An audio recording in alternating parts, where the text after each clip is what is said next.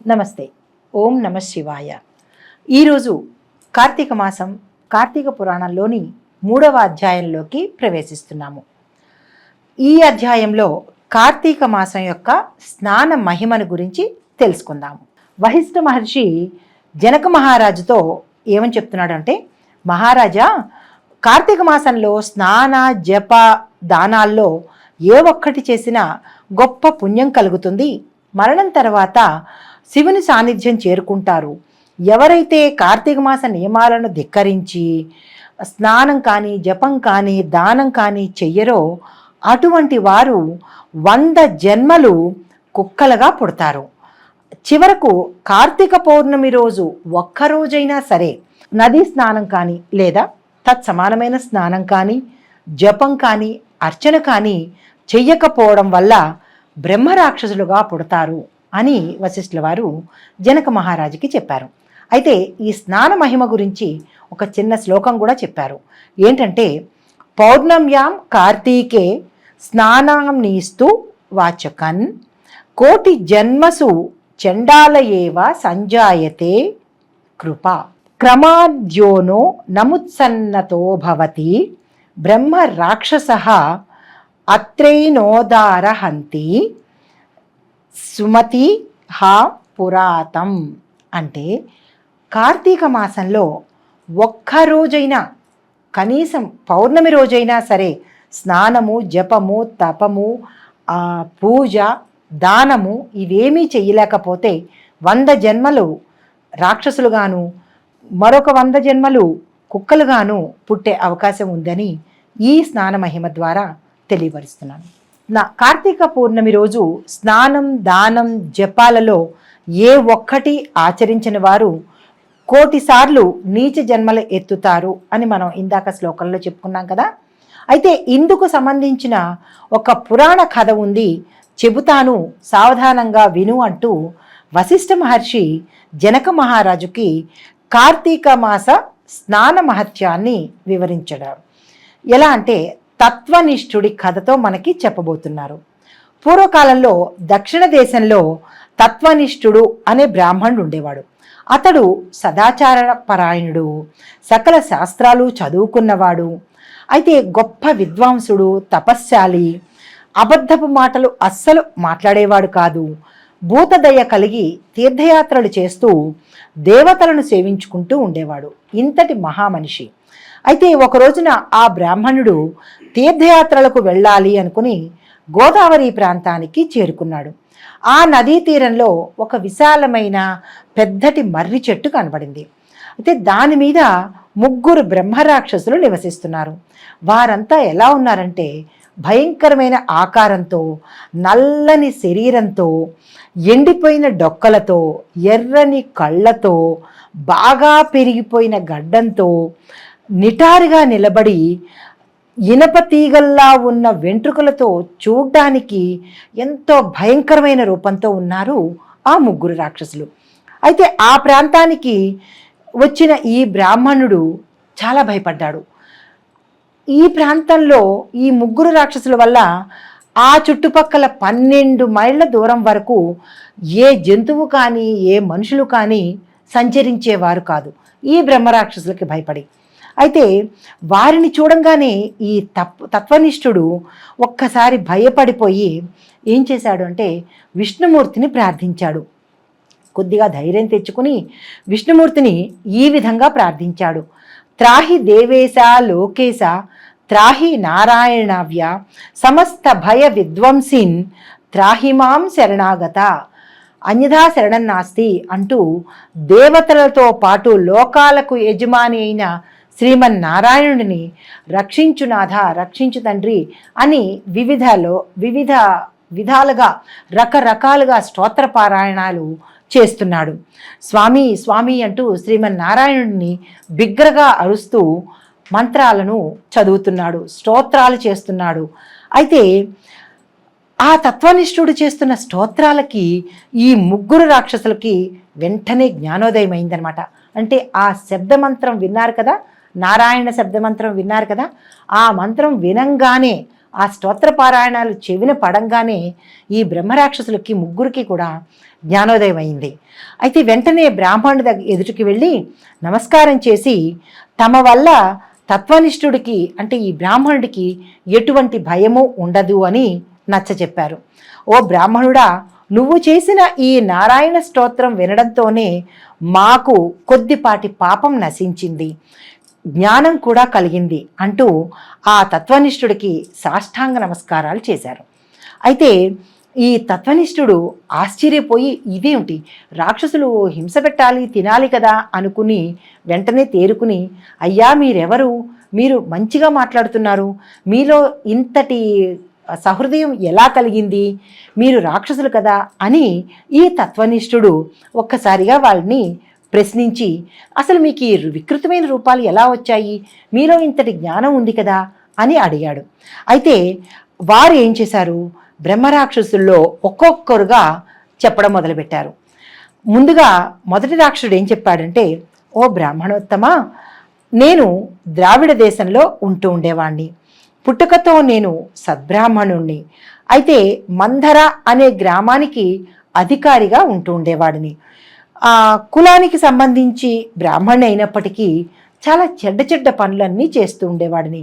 ఎలాంటి పనులు అంటే అందరి ధనాన్ని తీసేసుకుంటూ ఉండేవాడిని, మోసం చేస్తూ ఉండేవాడిని, సాటి బ్రాహ్మణ్ణి హింస పెట్టి వారి వద్ద కూడా ధనాన్ని లాక్కునేవాడిని, నా దగ్గరికి ఎవరైనా యాచనకు వస్తే నేను ఇవ్వకపోగా వారి వద్ద ఉన్న ధనాన్ని కూడా నేను తీసేసుకుంటూ అసత్య మాటలు మాట్లాడుతూ కుటుంబ పోషణ కోసం అకృత్యాలు అంటే చెయ్యని అకృత్యం లేదు.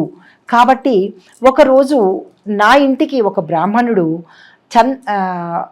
ధనార్థి అయి వచ్చి అడిగేటప్పటికీ నేనేం చేశాను, అతన్ని నిష్ఠూరమైన మాటలతో హింస పెట్టి కాళ్ళతో తన్ని అతని దగ్గరున్న ధనాన్ని కూడా నేను లాగేసుకుని అతన్ని తోసేశాను. అప్పుడు అతను బాధపడి ఏమని శపించాడు అంటే, ఓ బ్రాహ్మణుడా, ఇప్పటికీ అనేక మంది యొక్క ధనాన్ని తీసుకోవడమే కాకుండా చాలామంది బ్రాహ్మణుల్ని ఏడిపించావు, హింస పెట్టావు, కాబట్టి నువ్వు బ్రహ్మరాక్షసుడిగా మారిపోయి అడవుల్లో వృక్షం మీద నివసిస్తావు అని శపించాడు. ఆ శాప కారణంగా నేను ఈ గోదావరి తీరంలో ఈ చెట్టు మీద బ్రాహ్మణుడిగా నేను కొన్ని సంవత్సరాల నుంచి ఇక్కడే పడి ఉన్నాను అని ఆ బ్రాహ్మణోత్తముడికి చెప్పాడు. తరువాత రెండో బ్రాహ్మణుడు ఏం చెప్పాడు అంటే, తన కథ చెప్పుకోవడం వచ్చాడు. నేను ఆంధ్రదేశానికి చెందిన బ్రాహ్మణుణ్ణి, దుర్మార్గులతో స్నేహం చేసి వారి చెడు అలవాట్లకు వారితో పాటుగా నేను కూడా బానిసనైపోయాను. తల్లిదండ్రులను అనేక విధాల దూషించి హింస పెట్టేవాడిని. చెడు అలవాట్లతో నా భార్యా పిల్లలతో నేను సంతృప్తిగా తింటూ షడ్రుచులతో తింటూ పరమాన్న భోజనం చేస్తూ నా తల్లిదండ్రులకి భోజనం పెట్టకుండా హింసలు పెట్టేవాడిని. అయితే తర్వాత ఇలా కొన్నాళ్లకు ఉండగా నా జన్మ చాలించిన తర్వాత ఆ తల్లిదండ్రుల మనోవేదనో నేను హింస పెట్టిన వారి యొక్క శాపమో తెలియదు, కానీ నేను కూడా ఇక్కడ బ్రహ్మరాక్షసున్నై సంచరిస్తూ ఉన్నాను అని తత్వనిష్ఠుడికి రెండో రాక్షసుడు తన కథను వివరించాడు. తర్వాత మూడో రాక్షసుడు చెప్పడం మొదలుపెట్టాడు.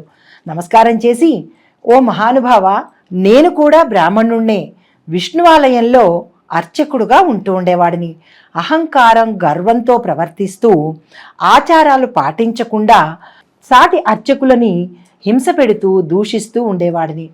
భక్తులు తెచ్చిన పూజా ద్రవ్యాలు, ధనము, హుండీలో వేసిన ధనము కానీ ఇలా ఎవరెవరైతే ఏదైతే కోరికలతో నా దగ్గరికి వచ్చేవారో వారి పేరున అర్చనలు చెయ్యకుండా వారి ఇచ్చిన ధనాన్ని స్వామికి ఇవ్వకుండా నేనే తీసేసుకుంటూ ఈ స్వామివారి యొక్క నగలు ఈ తీసుకున్న ధనాన్ని నా యొక్క ఉంపుడు గత్తెకు ఇస్తూ ఆమె సంతోషమే నా సంతోషం అని అనుకుంటూ కులాచారాన్ని భ్రష్టు పట్టించి జూదాలు, మద్యానికి బానిస అయ్యి ఇంకా చాలా రకాల వ్యసనాలకు పాపాలకు లోనయ్యాను.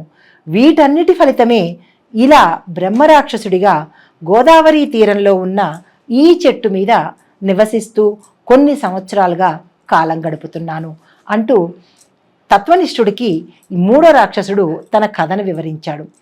ఈ విధంగా ఆ ముగ్గురు రాక్షసులు తమ తమ కథలను తమ చర్యలను వారికి వినిపించిన తర్వాత తత్వనిష్ఠుడు ఏమన్నాడంటే, విచారించకండి, మీకు నేను ఒక తరుణోపాయం చెప్తాను.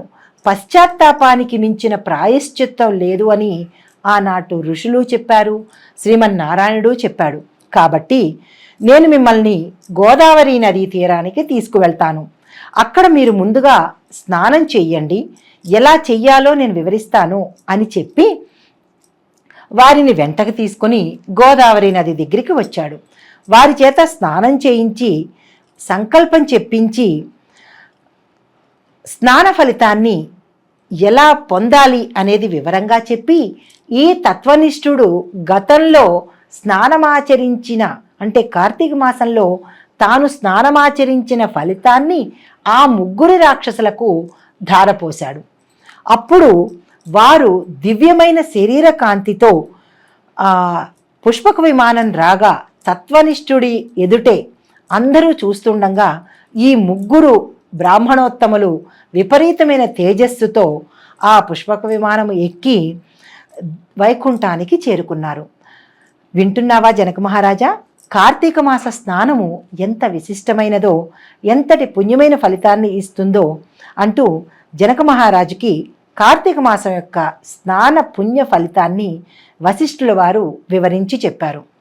కార్తీక మాసం సూర్యోదయంలో నదీ తీరంలో, ఏదైనా నదీ తీరంలో, ప్రత్యేకించి కావేరి నదీ తీరంలో కనుక స్నానం చేసిన వారికి 1,000,000 అశ్వమేధ యాగాలు చేసిన ఫలితాన్ని ఇస్తుంది. తర్వాత అది సాధ్యం కాకపోతే ఏదైనా నదీ తీర స్నానం కనుక చేసినట్టయితే తత్సమానమైన ఫలితాన్ని ఆ గంగానది, ఆ శ్రీమన్నారాయణుడు ఆ కార్తీక మాసం స్నాన ఫలితాన్ని ఆ వ్యక్తికి ఇస్తారు అని వశిష్ఠుల వారు జనక మహారాజుకి చెప్పారు. అవకాశం ఉండి కూడా ఎవరైతే అహంకారంతో కానీ ఏమీ జరగదులే అని మానవ సంబంధితమైన చెడు తలంపుతో కనుక చేస్తే ఏమొస్తుంది, చేస్తే అన్నీ వస్తాయా, అలాంటి తత్వచింతనతో ఉన్నవారికి తగిన శాస్తి కూడా ఉంది. అది ఏంటంటే 10,000 జన్మలు కుక్కలుగా పుడతారంట. కాబట్టి మనం తెలిసి కానీ తెలియక కానీ సాధ్యమైనంత వరకు తెలిసి కూడా పాపాలు చెయ్యకుండా కార్తీక మాసంలో ఈ నదీ స్నానం కానీ లేదా మన ఇంటిలో లభ్యమయ్యే స్నానం కానీ స్వచ్ఛమైన స్నానాన్ని చేసి తత్సమానమైన ఫలితాన్ని పొందాలని కోరుకుంటూ ఈ 3వ రోజు ఏ నియమాలు పాటించాలి, ఏవేవి విసర్జించాలి, ఏ మంత్రం చెప్పాలి, ఏ దేవుణ్ణి పూజించాలి, అందువల్ల మనకు వచ్చే ఫలితం ఏంటి అనేది మీకు నేను వివరంగా చెప్తాను. 3వ రోజు తదియా. విసర్జించవలసినవి అంటే నిషేధించవలసినవి ఉప్పు కలిపినవి, ఉప్పుతో చేసిన వంటకాలు, ఉసిరి. ఏవి దానం ఇవ్వాలి అంటే ఉప్పుని మాత్రమే దానంగా ఇవ్వాలి. పూజించాల్సిన దైవము పార్వతీ అమ్మవారు. జపించాల్సిన మంత్రం చాలా చిన్నది, మర్చిపోవద్దు, నెగ్లెక్ట్ చేయొద్దు. ఓం శ్రీ పార్వతీదేవ్యై నమః. ఈ చిన్ని మంత్రాన్ని కలియుగంలో మనుషులకి అంత పెద్దవి నియమనిష్టలు చెయ్యలేము కాబట్టి, మనకున్న ఈ హడావిడి జీవితంలో అంత శాస్త్రంగా పాటించలేము కాబట్టి చిన్న ఉపాయాలను మనకు ఋషులు అందించారు. ఇవి కూడా చేసుకోలేకపోతే అది మరి ఏం చెప్పాలి, అది మీరే ఆలోచించుకోవాలి. అయితే ఇప్పుడు జపించాల్సిన మంత్రం చెప్పాను కదా, అయితే దాని ద్వారా వచ్చే ఫలితం ఏంటంటే శక్తి, సౌభాగ్యం. ప్రతి మనిషికి కావాల్సింది ముందు శక్తి. శక్తి లేకపోతే ఎంత ధనం ఉన్నా, ఎంత గొప్ప ఆస్తి ఉన్నా వృధానే కదా. అసలు అది అనుభవించాలంటే ముందు మనకు కావాల్సింది ఏంటి? శక్తే కదా. తినాలన్నా, లేచి నడవాలన్నా, ఏది చేయాలన్నా ముందు మనకు కావాల్సింది శక్తే. శక్తి లేకపోతే మిగతావన్నీ శూన్యమే అనమాట. అయితే ఈ 3వ రోజు ఈ నియమాలు పాటించుకుని చేయగలిగితే మనకి వచ్చేది శక్తి, సౌభాగ్యాలు. 3వ అధ్యాయం సమాప్తం. నమస్తే.